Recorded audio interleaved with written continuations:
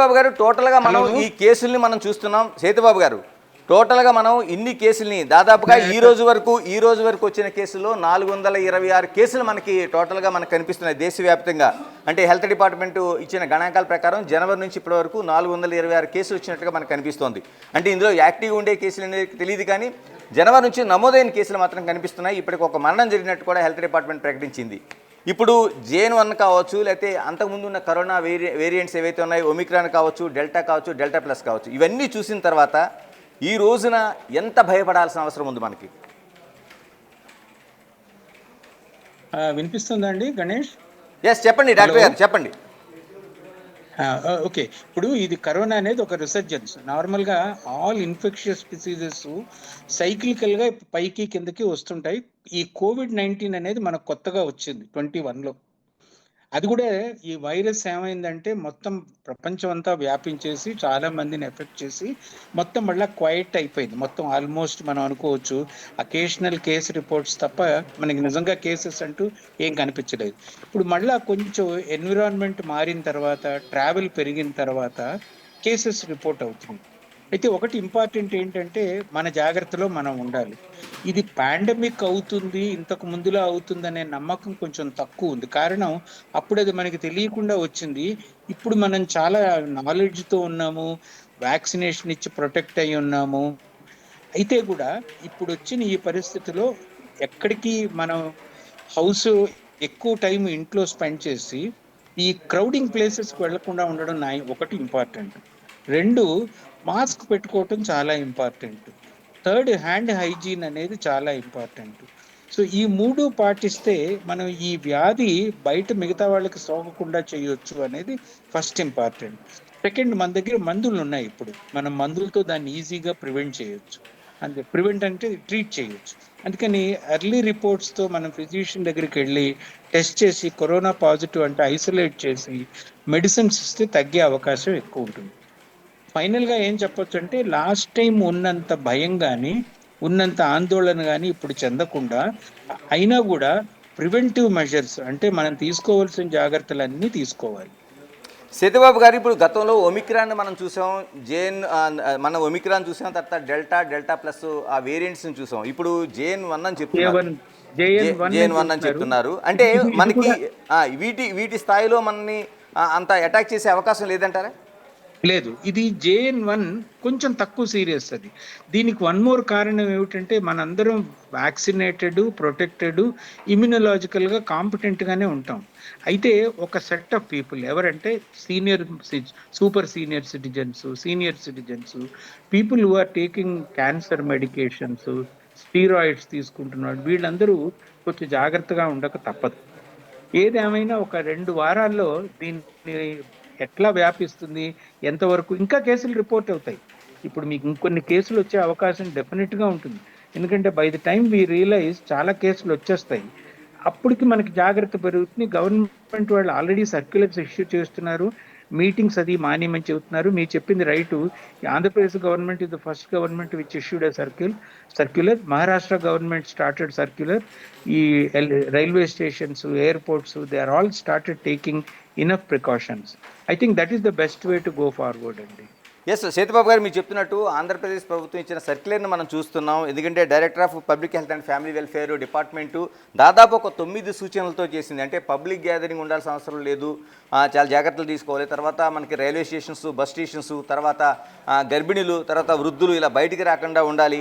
మనకి ఏదైతే ఒక ఫ్లూ లక్షణాలు అంటే ఒళ్ళు నొప్పులు ఇలా ఏవైతే ఉన్నాయో ఇవన్నింటినీ కూడా మళ్ళీ ఏదైతే కరోనాలో చేసిన ప్రికాషన్స్ కానీ లేకపోతే హెచ్చరికలు కానీ ఏమున్నాయో అవన్నీ కూడా ఇప్పుడు చేసింది. అంటే దీన్ని ఎలా చూడాల్సిన అవసరం ఉంది? అంటే మరింత ఎక్కువగా మన పైన ఈ కరోనా కేసులు నమోదయ్యే అవకాశం ఉందని చూడాల్సిన అవసరం ఉందా?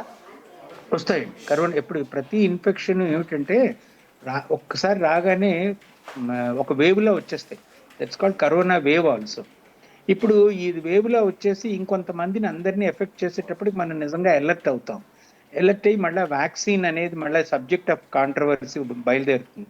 మీరు ఇంతకుముందు వ్యాక్సిన్ తీసుకుంటే తీసుకోక్కర్లేదు, ఇప్పుడు ఒకవేళ మీరు ఇంతకుముందు వ్యాక్సిన్ తీసుకోకపోతే ఇప్పుడు తీసుకోవాలి అనే ఇష్యూస్ అన్నీ ఇప్పుడు మెడికల్ సర్కిల్స్లో డిస్కషన్ మొదలైంది. ఏదేమైనా మన బేసిక్ జాగ్రత్త ఒక్కటేనండి గణేష్. నెంబర్ 1, మాస్క్ వేసుకోవటం, క్రౌడింగ్ ప్లేసెస్కి వెళ్లకుండా ఉండడం, హైజీనిక్ ఫుడ్ తినడం, సేఫ్గా ఉండడం. ఫర్ నెక్స్ట్ 2 వీక్స్ మనకు ఒక టెస్టింగ్ పీరియడ్ ఇది. సేతుబాబు గారు మీరు అన్న దాంట్లో ఒక కీలకంగా ఇది ఒక పాండమిక్గా మారే అవకాశం లేదనేది ఒక మాట ఉపయోగించారు. ఎలా చెప్పగలుగుతాం? అంటే ఏబీసీసీలో ఎందుకంటే అంతకుముందు చెప్పండి. దీనికి ఒక చిన్న వర్డ్ ఉంది, ఒక హర్డ్ ఇమ్యూనిటీ అని ఒక వర్డ్ ఉంది. హర్డ్ ఇమ్యూనిటీ అంటే మనం ఇమ్యూనలాజికల్లీ వీఆర్ ఆల్ గేర్డ్ అప్ అండి. ఇంత ఒకవేళ కోవిడ్ వచ్చిందని ఒక నిమిషం అనుకుంటే ఏమవుతుందంటే నేను వ్యాక్సిన్ తీసుకున్నాను కాబట్టి ఆ బాడీలో ఆటోమేటిక్గా కొన్ని యాంటీబాడీస్ బయలుదేరి నన్ను ప్రివెంట్ చేస్తుంది. సో కోవిడ్ ఎఫెక్ట్ అయినా వ్యాక్సినేషన్ చేసిన వాళ్ళకి అంత పెద్ద ప్రాబ్లం రాకూడదు అనేది నేను నిజంగా సీరియస్గా ఆలోచిస్తున్నాను. అంటే మీరు చెప్తున్నట్లు ఇప్పుడు నిజంగా మనం తీసుకున్న వ్యాక్సినేషన్ ఏదైతే ఉందో వ్యాక్సినేషన్ నిజంగా అంత పనిచేస్తుందండి. బూస్టర్ డోసేజ్లు కూడా మనం తీసుకున్నాం, అవి నిజంగా పనిచేస్తున్నాయా లేకపోతే వాటి సైడ్ ఎఫెక్ట్స్ ఉన్నాయని అనేక అనుమానాలు కూడా మనకు వ్యక్తం అవుతున్నాయి ఇప్పటికి.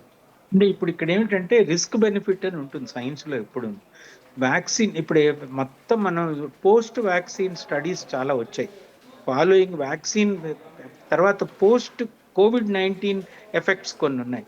కొంతమందికి హార్ట్ ప్రాబ్లమ్స్ రావడం, కొంతమందికి అన్రిజాల్వ్డ్ నిమోనియా రావడం, ఇవన్నీ. At the end of the day మనం చూస్తే vaccination appeared to be beneficial than no vaccination. అందుకని మనం ఆ టైంలో మనకున్న డెసిషన్లో wisest decision what everybody took is to take vaccination. అది చాలా మందిని ప్రివెంట్ చేసిందని మనం చెప్పొచ్చు కూడా.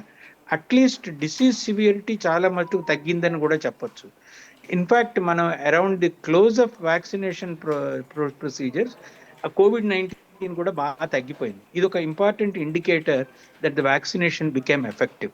ఇప్పుడు మన కొత్త ప్రాబ్లమ్స్ ఏంటంటే మీరు చెప్పింది నేను చెప్పింది ఏంటంటే is it going to become another pandemic, అంటే ఇంకొక పాండమిక్ లా అందరికీ వచ్చేస్తుందంటే knowing the behaviour very well and mutant particularly J1.1 అలా జరగదని నా అభిప్రాయం. నెంబర్ 1. నెంబర్ 2 అయితే మాత్రం మీ ఛానల్ ద్వారా అయితేనేమి మన పబ్లిక్ మీడియా అయితేనేమి మన జాగ్రత్త మనం తీసుకోవాలనేది చాలా ఇంపార్టెంట్. అదే మీరు నేను చెప్పగలిగేది. Continue to be safe with mask, safe with hand hygiene and safe with food అండి.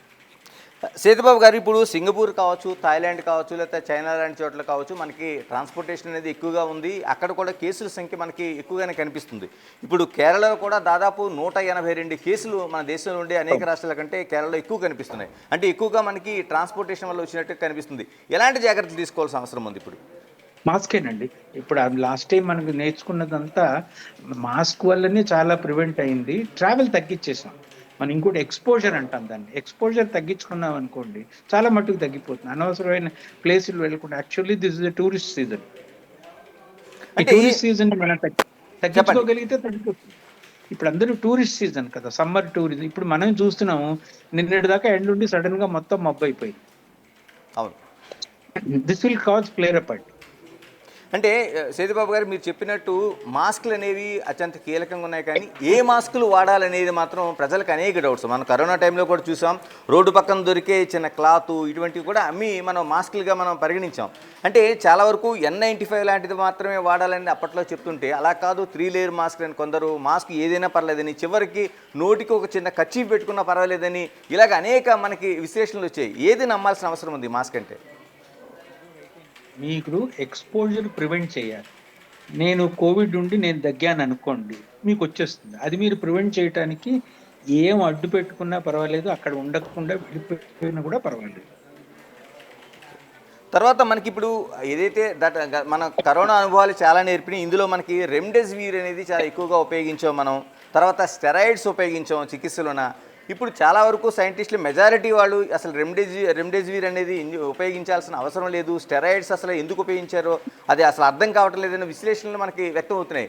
ఎలా చూడాల్సిన అవసరం ఉంది గతంలో జరిగిన వైద్యాన్ని? అది actually journal of American medical association లో కొన్ని ఆర్టికల్స్ వచ్చాయి. ఆ ఆర్టికల్స్ వచ్చి ఏమంటాయంటే అసలు రెమ్డెసివిర్ వల్ల ప్రయోజనం లేదు. కానీ అప్పుడు మనం ఉన్న పరిస్థితిలో ఏది రైట్ అని తెలియలే. వి స్టార్టెడ్ విత్ క్లోరోక్విన్ అండి. నిజానికి క్లోరోక్విన్ అనే సింపుల్ మందుతో స్టార్ట్ చేసి ఇంకా డిఫరెంట్ యాంటీవైరల్ డ్రగ్స్ అన్ని ట్రై చేసి క్లినికల్ ట్రయల్స్ పబ్లిష్ చేసి బై ద టైం మనం మందు ఇచ్చే లోపల మెల్లిగా జబ్బు తగ్గిపోయినా మందు వల్ల బెనిఫిట్ వచ్చిందని ఆ ఇంటర్ప్రిటేషన్స్ అన్నీ మనకి తప్పని తెలుస్తోంది. ఇప్పుడు మనం చేయాల్సింది ట్రీట్మెంట్ ఇవ్వాలా అక్కర్లేదా, ఎవరికి ట్రీట్మెంట్ ఇవ్వాలి, ఈ యాంటీవైరల్ డ్రగ్స్ ఎవరికి ఇవ్వాలి అని ఈవెన్ ఫార్మస్యూటికల్ కంపెనీ వాళ్ళు కూడా దే ఆర్ గేరింగ్ అప్, మనం మెడిసిన్స్ రెడీ చేయాలి అని అనుకుంటున్నారు. Particularly Hyderabad is hub of pharmaceutical industry. నేను ఒక ఆయనతో మాట్లాడితే ఆయన will get back to you in 2 days అండి, will also gear up for preparing certain medicines అని. రీసెర్చ్ ఆల్సో చాలా ఫాస్ట్ గా జరుగుతుంది. ఐ థింక్ మళ్ళీ ఏమవుతుందంటే మనకు ఒక వార్నింగ్, మళ్ళా అంతా ఒక విధంగా సైన్స్ అంతా మళ్ళా తిరగబడుతుంది. కంట్రీ విల్ గెట్ ఒక అవేకనింగ్ వస్తుంది, వీ షుడ్ బి కేర్ఫుల్ అని. డాక్టర్ గారు మీరు చెప్పినట్టు వేసవి సెలవులు కావచ్చు, లేకపోతే ఈ మధ్యకాలంలో పెరిగిన టూరిజం కావచ్చు, దీంతో పాటు ఇప్పుడు ముహూర్తాలు ఉన్నాయి చాలా వరకు. గృహప్రవేశాలు కావచ్చు, పెళ్ళిళ్ళు కావచ్చు, ఇలాంటి అనేక శుభకార్యాలకు కూడా ముహూర్తాలు పెరుగుతున్న సమయం ఇది. ఎలాంటి జాగ్రత్తలు తీసుకోవాల్సిన అవసరం ఉంది పబ్లిక్గా ఫస్ట్? అదేలేండి, అంటే అందరూ చెప్పేది ఏంటంటే క్రౌడింగ్ ని అవాయిడ్ చేయమని, మాస్క్ పెట్టుకోమని. ఈ రెండే seems to be finally that will help. ఇప్పుడు ఇప్పుడే మేము స్టడీ చేయాలి దీని గురించి. వ్యాక్సినేటెడ్ పీపుల్లో ఏమవుతుంది, అన్వాక్సినేటెడ్ పీపుల్ ఏమవుతుంది. ఓకే. మొన్న ఎఫెక్ట్ అయిన పీపుల్లో ఇట్ అపియర్స్, నాకు కరెక్ట్ గా నేను I can't misquote, half of the people are not vaccinated అని ఉంది అందులో. ఓహో. సో అందుకని ఈ వ్యాక్సినేషన్ ఎఫెక్ట్ ఏమవుతుందో చూడాలి. మన వ్యాక్సినేషన్ వల్ల వచ్చే సైడ్ ఎఫెక్ట్స్ కన్నా వ్యాక్సినేషన్ వల్ల వచ్చే ఉపయోగాలని బాగా చదవాలి తప్ప వ్యాక్సినేషన్ తో సైడ్ ఎఫెక్ట్స్ గురించి తక్కువ ఆలోచించాలి మనం. అంటే ప్రపంచం ఏమైనా అంటే స్టడీ ఏమైనా చేసింది? ఎందుకంటే వ్యాక్సిన్ వేసుకోవడంలో ఉపయోగాలతో పాటు వ్యాక్సిన్ వేసుకోవడం వల్ల మనకి సైడ్ ఎఫెక్ట్స్ వచ్చాయని చాలామంది బాధపడుతున్నారు. అందులో హార్ట్ అటాక్స్ ఉన్నాయి, డయాబెటిక్ పేషెంట్లు ఉన్నారు, ఇలా చెప్తున్నారు. దీనిపైన ఏమైనా స్టడీ జరిగిందండి? అది టెంపరల్ రిలేషన్ అని ఒకటి ఉంటుంది, కాజల్ రిలేషన్, టెంపరల్ రిలేషన్. ఇప్పుడు మనకి ఓఆర్ఆర్ లో యాక్సిడెంట్స్ అవుతాయి అని ఉంది, సిటీలో అలా యాక్సిడెంట్లు అవ్వవు. ఓఆర్ఆర్లో యాక్సిడెంట్ అయితే మేజర్ యాక్సిడెంట్, సిటీలో ఎప్పుడు మేజర్ యాక్సిడెంట్ అవ్వదు. అలాగే ఇవన్నీ కూడాను ఒక్కసారి వైరస్ ఫ్లేర్ అప్ అయిపోతే మనం జాగ్రత్త తీసుకోకపోతే అది ఇంకా ఫ్లేర్ అప్ అవుతుంది. ఇప్పుడు మనకి మీ మీడియా ద్వారా అయితేనేమి, మెడికల్ ప్రొఫెషన్ అయితేనేమి, హెల్త్ కేర్ అథారిటీస్ అయితేనేమి, అందరూ they become what is called an alert మోడ్కి వచ్చారు.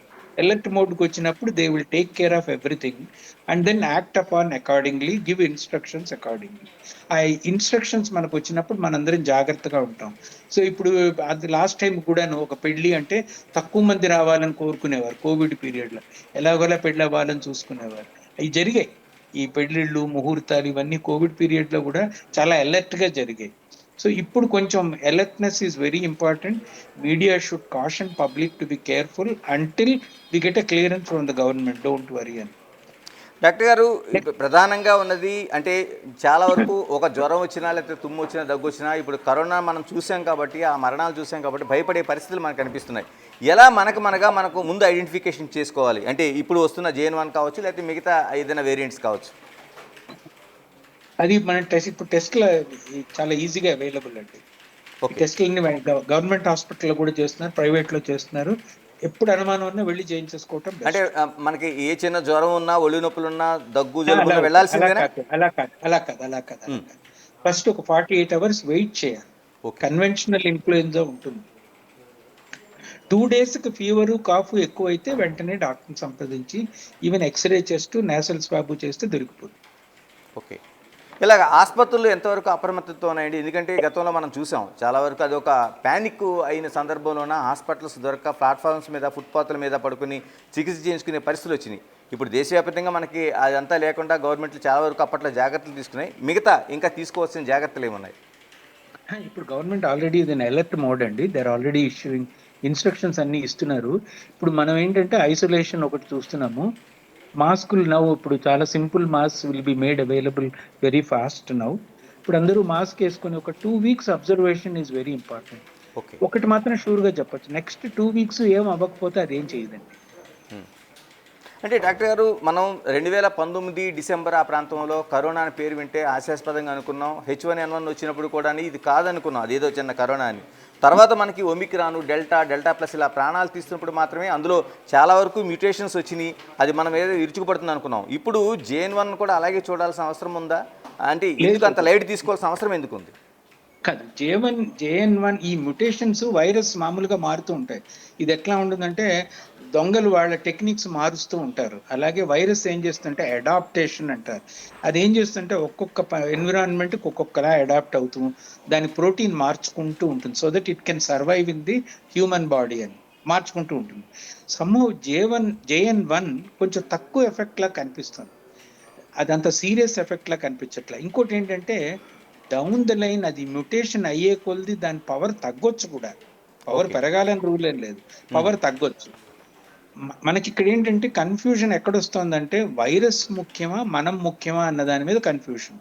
మనం ఇంపార్టెంట్ అయినప్పుడు మనం శ్రద్ధ తీసుకొని మాస్క్ పెట్టుకొని ఫుడ్ ప్రాపర్ గా తీసుకొని క్రౌడింగ్ వదిలేస్తే అది పాండమిక్ అవ్వదు. That is the biggest issue. Last time మనం నేర్చుకున్నది అది పాండమిక్. మనం కేర్లెస్ గా ఉన్నాం అనుకోండి, పాండమిక్ అయిపోతుంది. డాక్టర్ గారు, దాంతోపాటు మనం అంత ముందు తీసుకున్న జాగ్రత్తలో ఆవిరి పట్టడం, తర్వాత కషాయాలు తాగడం, ఇటువన్నీ కూడా చాలా వరకు అవన్నీ చేసాం మనం. అవన్నీ అవన్నీ నిజంగా పనిచేసినాయా? తెలియనప్పుడు ఈ రోజుల్లో దాన్ని నేను వాడాల్సిన అవసరం ఉందా? అసలు అది అవేం పని చేయవు. ఇప్పుడు ఓకే. మనకి ఏంటంటే కొంచెం దగ్గు ఇది వచ్చింది అంటే ఆవిరి పట్టడం okay, it's all okay. Home remedies లో మీరు అందులో దాని ఏదో విక్సో అమృతాంజనో వేసుకోవడం, ఇవన్నీ home remedies are perfectly okay. ఇక్కడ మనం ఫైనల్ గా ఏంటంటే 48 hours కన్నా ఎక్కువ ఫీవరు కాఫ్ ఉంటే, బాడీ పెయిన్స్ ఉంటే usually it is a viral infection. Influenza virus చాలా కామన్, మల్టిపుల్ ఇన్ఫ్లుయెన్జా వైరస్. అది కాకపోతే కోవిడ్. అప్పుడు మనం 48 hours తర్వాత ఫీవర్ పర్సిస్ట్ గా కాఫ్ పర్సిస్టెంట్ గా ఉంటే డాక్టర్ దగ్గరికి వెళ్ళి నాకు కోవిడ్ ఉందేమో అంటే టెస్ట్ చేస్తే ఉంటే చెప్తారు. నాకు ఒక ఇంట్రెస్టింగ్ పాయింట్, నేను అనుకుంటున్నది ప్రిడిక్ట్ చేస్తున్నది నా నాలెడ్జ్ తో, వ్యాక్సినేషన్ తీసుకున్న వాళ్ళకి జబ్బు సివియర్ గా రాదు అనేది నా ప్రపోజల్. అది I must okay. Verify before I say that. Thank you Sethubabu garu, thank you very much. Thanks అండి. ఇది అంటే టోటల్గా ఏదైనా కరోనా